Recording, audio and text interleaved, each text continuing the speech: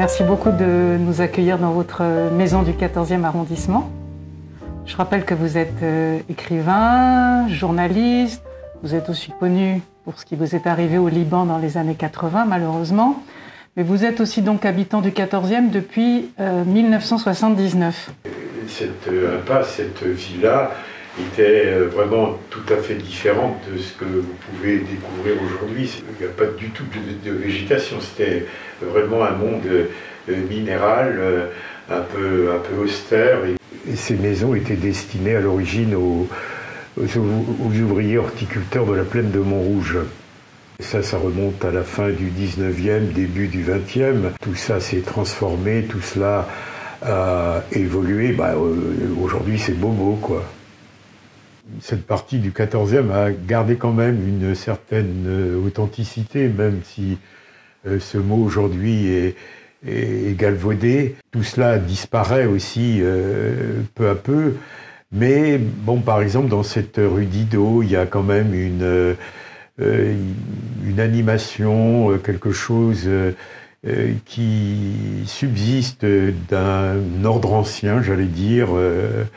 Mais bon, il faut se dépêcher avant que tout cela ne s'évanouisse. Les quartiers, les villes, elles se transforment. Moi ça ne me procure aucun sentiment de nostalgie. De toute façon, la nostalgie, j'en ai souvent parlé dans mes livres, je trouve que c'est une passion triste et c'est une facilité, vous voyez, de pleurer sur les choses qui ont eu lieu, qui ont disparu.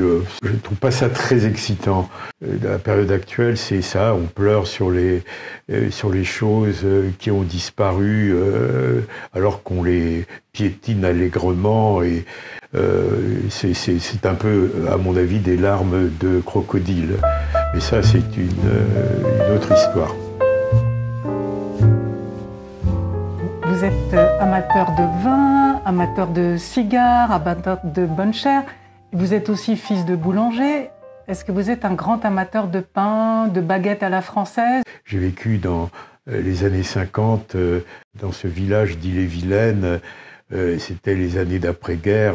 L'odeur de la boulangerie paternelle, c'était quelque chose de très rassurant. Et bien, évidemment, il y a la chaleur du four, une odeur dorée, une odeur de grillé, une odeur de croûte, etc. Je pense que le fait d'avoir vécu dans cet environnement et surtout dans ce monde des odeurs a été pour moi décisif. On parle toujours des 5 sens, mais je crois que ces sens se répondent, communiquent entre eux.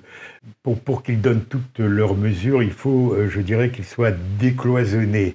C'est-à-dire que, selon la formule d'un livre de Paul Claudel, l'œil écoute. Vous voyez, par exemple, on parle du grain de la voix. Donc, mais de tous ces 5 sens-là, en effet, celui qui, pour moi, prédomine, c'est l'olfaction. Parce que l'olfaction va bien au-delà de la faculté de sentir. Le dernier livre que j'ai écrit, c'est un livre sur Venise.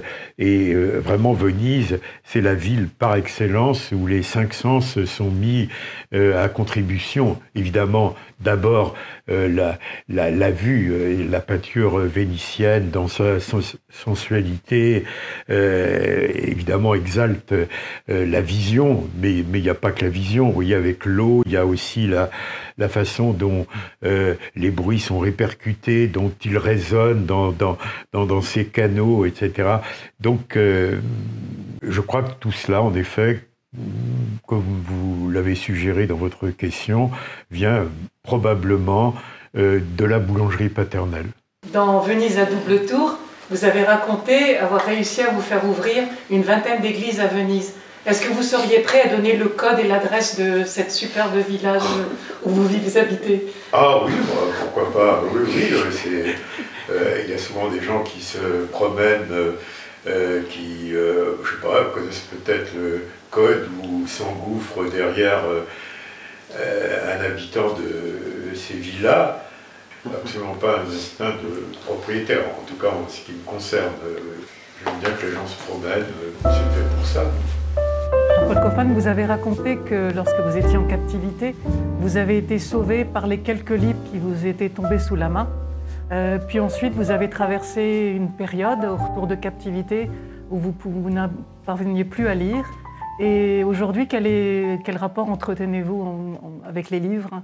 Les quelques livres que j'ai eus pendant ma captivité, 3 ans, j'en ai eu pas énormément, mais enfin, ces livres-là, je peux dire qu'ils m'ont vraiment sauvé la vie. C'était déposé ce matin? Ce matin.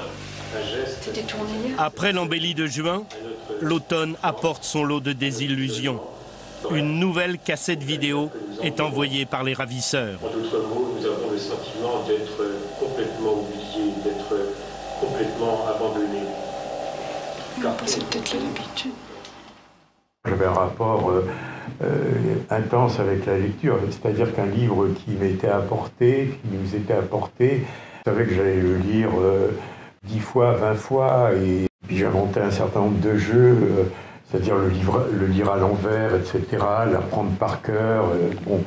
Et il y a notamment un livre qui a joué un rôle très important pour moi, ça a été le 2e tome de Guerre et Paix, où les personnages d'un livre comme Guerre et Paix ont été des compagnons qui m'ont assisté, qui m'ont secouru.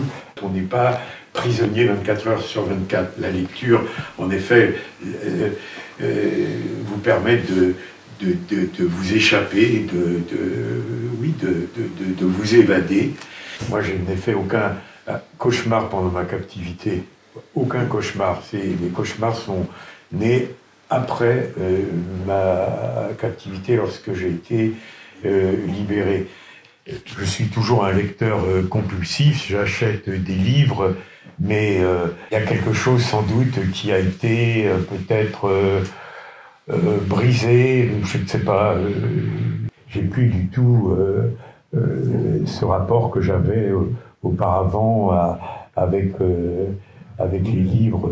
La littérature joue un rôle toujours aussi important dans mon existence. La vie, la vraie vie, comme dit Marcel Proust, la vie rêvée, c'est la vie des livres. Des livres que vous achetez aux puces, peut-être, parce que je crois que vous êtes un grand amateur des puces de vente.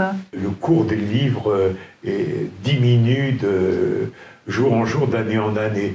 J'en viens à me demander si les gens qui vendent leurs livres, là, ne vont pas vous proposer de l'argent pour que vous les preniez.